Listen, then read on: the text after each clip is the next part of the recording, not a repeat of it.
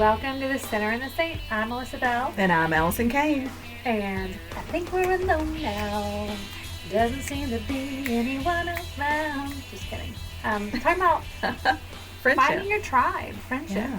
Last week we talked about loneliness, Mm-hmm. and so with loneliness, what is a key to becoming from lonely is finding friends, right? Having some peeps. But finding the right peeps. Ooh, that's the tricky part. I have so many messages where people say, "How do you find your people?" It's a thing. I say you just keep trying. But really, that is one of the keys, is that you have to keep trying. But, man, have you ever had a good friend and y'all did everything together and then next thing you know, everything came to a halt? Yep. And then you're just thinking, what did I do wrong? What did I say wrong? Okay, I'm going to reach out 3 times. If they don't reach back, then this is definitely over. I have been going through this with a friend for, I want to say since 2017. And going back and forth, all on my part. I'm just reaching out, let's do this, let's do that. Whenever we do talk, very cordial conversation. Right. We used to spend a lot of time together. Our families did. And now, not so much. And I can send a text and not hear back for days, if ever. And it broke my heart. Do you have any idea what happened? So, a few things probably put into place. And, some things happened on her side with family. And then on our side, we parent differently. Maybe that's a thing. That's huge. When your kids are little, it's kind of one thing. It's easy to get over, but as the kids get older and the parenting styles are so different, it can really get uncomfortable. Yeah, it got to the point where, I had to go through this grieving process, to be honest with you, where I was trying and my heart was sad, but then I would make excuses for her excuses, and then I got really angry. Mm-hmm. And there were things around my house that reminded me of her that maybe she had given me or something, and I took them all down. Because it's like a breakup. It was a breakup. It was a bad breakup. It was a bad breakup. And I just had said to my husband the other day about this person, and he said, "Are you still on that?" And I went, "Yeah, you're right. I'm not still on that."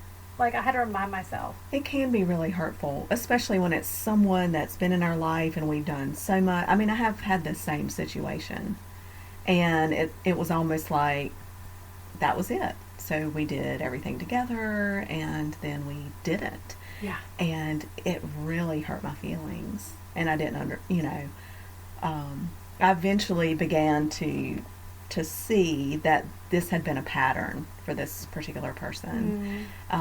She had done it to a couple of other people as well, and so that helped a little, because it's like, oh, it's really not me. This is kind of what she does, and that's okay, because that's her. Like, it wasn't her. She wasn't trying to hurt me. It Right. wasn't intentional. She wasn't being malicious. It's just who she is. So we actually have a ex-wives club. Oh my gosh. Of the old friends. So we laugh. We're like, gosh, she has great taste in friends. And now we're all friends, and That's so funny. some amazing friendships did happen out of that.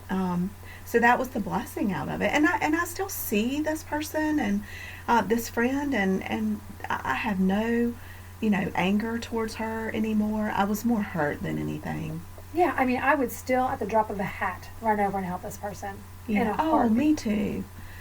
If she ever needed anything, absolutely. But I think I had to mentally distance myself. Mm-hmm. I like to say I have file folders. I like that Imagine a image. file drawer, and you pull it out, and you have your friends in file folders. You have the, we're going to get down and dirty every time we talk. We're going to talk about all the hard stuff, and we're not going to share it with other people. This is a Right. safe place to be. And I do know if this person is responding to me, they're responding out of love. And their opinion is out of love, never out of jealousy, never out of envy, never out of anger, never out of bitterness. So there's that file. Mm-hmm. And then you have the file of people like, I love just chatting with you Yeah, and just catching get up about together the last and 6 have months. fun and Yeah, but I'm probably not going to tell you about my deep stuff. right.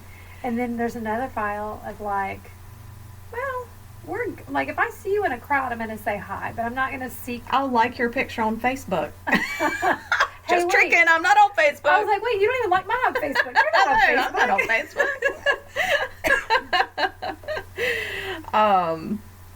Facebook. Yeah. I think I love, well, I'm like super uber organized, so I love your image of file folders. I knew you would. And I have a friend, and she was feeling really lonely after it wasn't a divorce. It was the death of her husband. Oh. And she was going through a bunch of things anyway, and she eventually got remarried and kind of finding herself in this new phase of life, but was really missing friendships with women and true friendships. And so she started praying about it. She's like, I literally just started praying to God that he would put people in my life. And she said over the course of a year, I just sort of realized one day that, oh my gosh, I have these people in my life.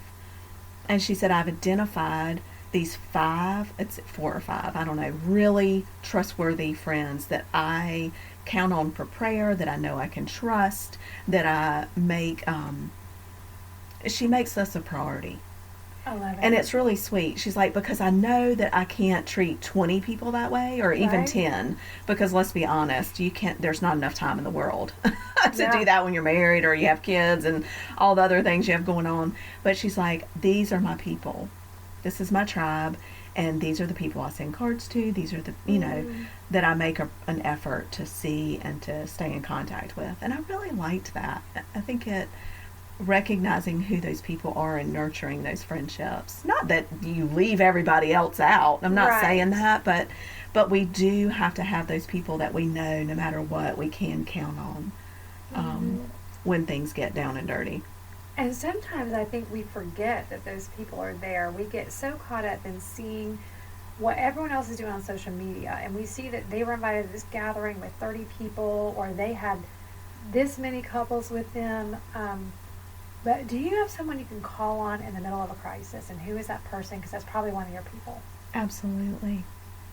And I pray, my prayer is that everybody can answer yes to that, but I know that there are people who can't say yes to that today that are listening. Yeah. And so how do you find those people? Like, haven't you been in that situation where you've met someone and you're like, oh gosh, I really like this person, and you kind of just, I'm a throw it all out there kind of person automatically anyway. It's sort of my go-to, and I just throw it all out there, and then I find that everybody knows Right. what I've confided or said, that I meant to be in confidence or not to be, shared wherever. Don't worry, they probably delivered it in the version of a prayer request. Oh, good. That makes it so much better. So Yeah, how do you feel though? What's your advice on that? Like, how do you feel those people out? Like, we have to road test these friends. Yeah, so, I say you start kind of surface, not surface like, oh, hey, where do you get your hair done? But, I have this whole joke, like I have a 3-step, I don't know, dating system, if you will, friendship system. I love it. And so, I'll start out with I never tell them what I do, because, like, that's not a thing. I'm just a mom and a homeschool mom, and that's what I do. Honestly, it can be a turnoff to some people. 100%. When Well, you're- homeschool mom's bad enough. Trust me. Yeah, wear your overalls, woman. Right?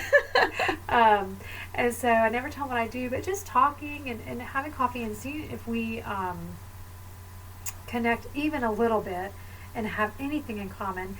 But then I jokingly say, like, I might wear my shirt that says, I love Jesus, but I cuss a little, And see if they'll still talk to you or meet with you for coffee the next time. Right.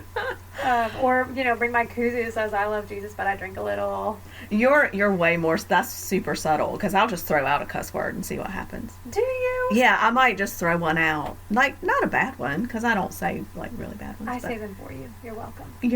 Well, yeah, that's one of my friends. Her chief complaint is I don't cuss enough. Oh, I need to know this. No, Why do I she's- not know her? She's awesome. Yeah, there are actually 2 of them, and they're like, yeah, you need to cuss more. Yeah. So I'll just throw one out there and see if like it turns their stomachs or not. Because I just need to be able. I don't use them in everyday language, but I need to be able to throw one out to make a emphasis Right. every now and then. See their reaction. So then I think after that, invite them out again and share something little Mm-hmm. that is not, number one, will not affect anybody else. So if I'm telling a story Right. about myself, that's one thing. If I'm telling a story about myself and my husband and my kids, and that affects a lot of people if that gets back out. Right. Right. And so I think that's key as well. And see how they respond to that and see how that goes. Yeah. I definitely think that there are more people that are out there looking for genuine relationship Mm-hmm. that don't know how to go about it. So I feel like if we had like a kind of like a suppers club like you talked about, but like a friendship club, like let's just figure it out. Let's just speed date for a little bit, see what we have in common. Do you like to knit? Do you? Right. I have tried that. There was this person several years ago, and we kind of connected. I don't even know how, probably through school. Somehow our kids knew each other, and we had dinner a couple of times. And I think the second time that we got together for a girls' dinner, it came up finally like what I did, or I had just had a speaking engagement or something like that. And so it came up that I was a Christian author and speaker. And she had no idea, obviously. And then we never went out again. Oh. Which is fun. It's like that made her uncomfortable. But hopefully she saw, we went out, we had a nice dinner, we had regular conversation, we had a glass of wine. Right. Yes, I drink wine. You can judge me alone in your house right now if you feel like it. I drink bourbon, so go ahead, throw that in there. So, I just thought it was interesting. But it's okay. Like, I wasn't upset. I wasn't angry. It's just like, okay, that's not someone from my tribe. And I may see this person out, still kind and thoughtful. And it's okay, because not everybody's going to be your person. Yeah. And, I mean, people have to get the real you and speak to the real you and Yeah. feed the real you and vice versa, right?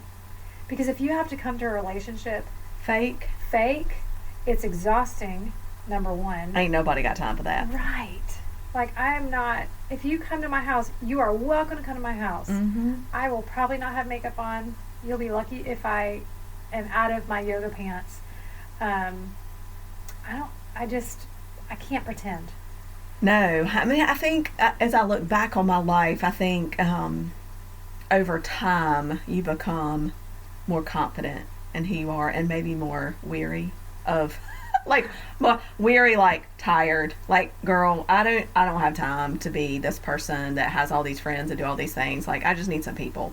Right. I think when you're younger, you're trying to fit in, you're trying to be, have this great group, whatever. It's more about image, but you get to a point, and hopefully sooner rather than later, where it's like, you know what, I just need some real people. I need some people that, it's not considered bad to bring up a deep topic at dinner.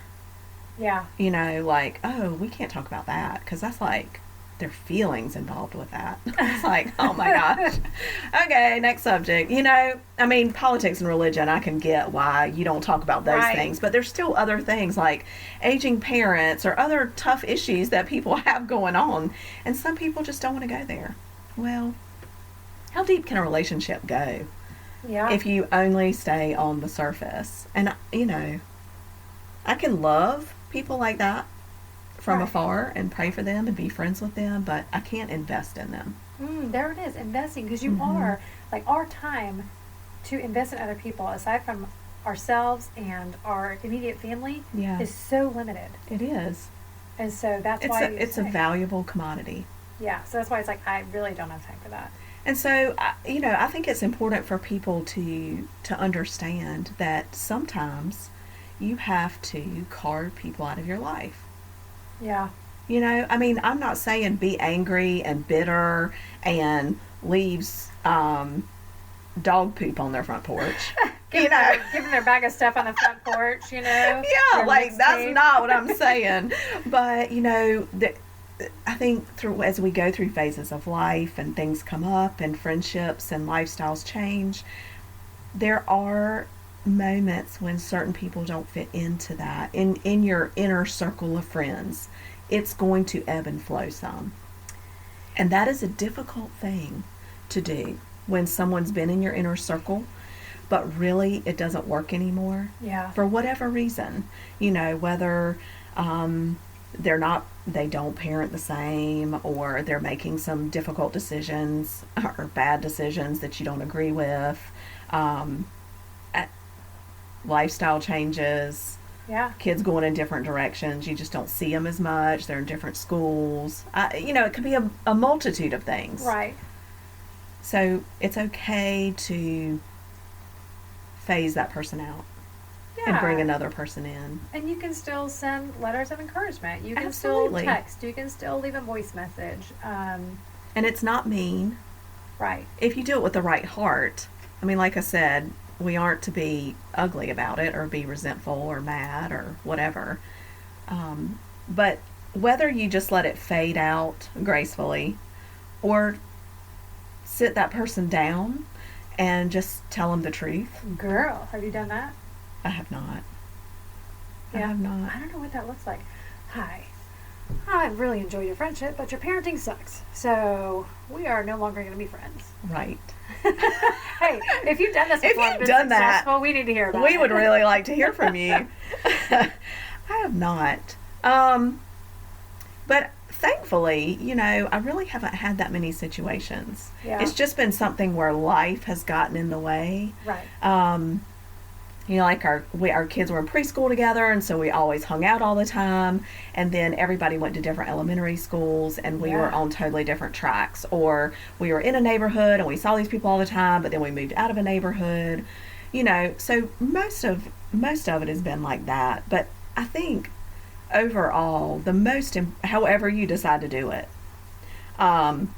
be kind, Yeah. not gossipy. It's not a thing that we need to bring the whole rest of the friend group into. Right. And don't be destructive. Oh, yeah. And make hateful, sure you your know? heart is in the right place. Right. Yeah, like, am I leaving this because she makes me feel less than this? Or am I leaving this friendship because she spends more time with that person? Like, that's rooted in envy, and that's junk. Right. Right. But if it literally is just, we can't, It is unhealthy for us to, Yeah. right, yeah, to be together. then definitely. I agree with you. And just, God will work that out for sure. It can even be people in your life that you sit down with and my daughter has had this recently. They never say, how are you? What's going on in your life?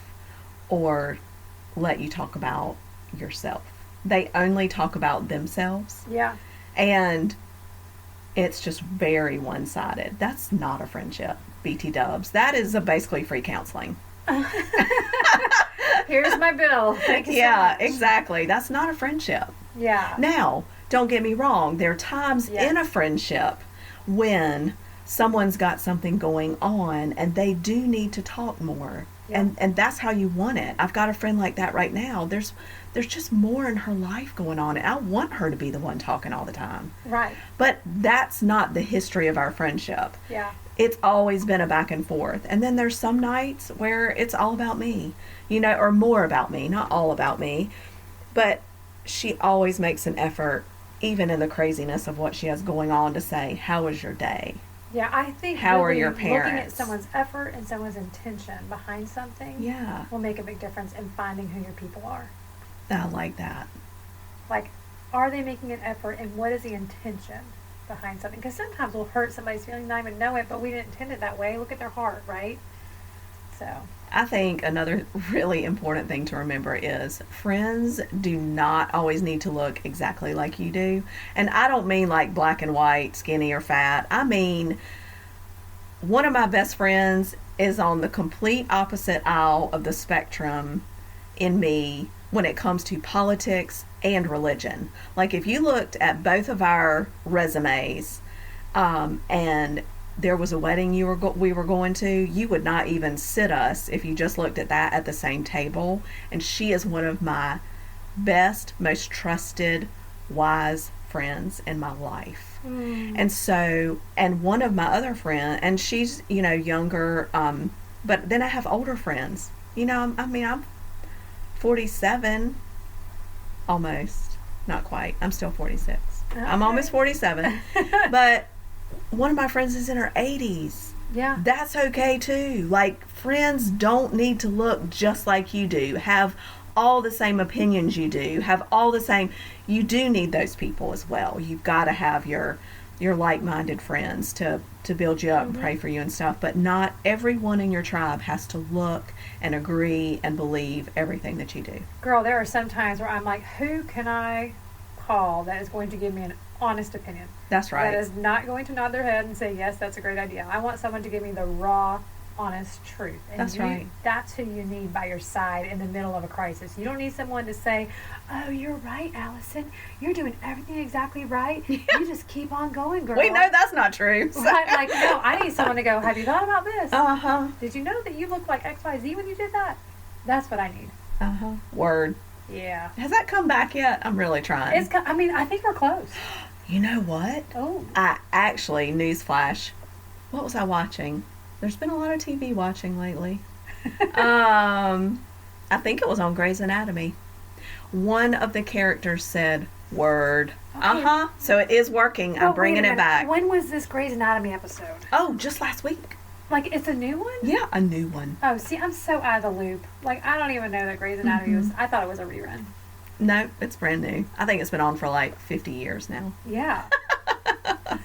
Anyway, check it out. I think bringing back Word is actually working. Thanks for sticking in, hanging in there with us today, talking about friendship and finding your tribe. And we look forward to being with you next week on The Sinner and the Saint.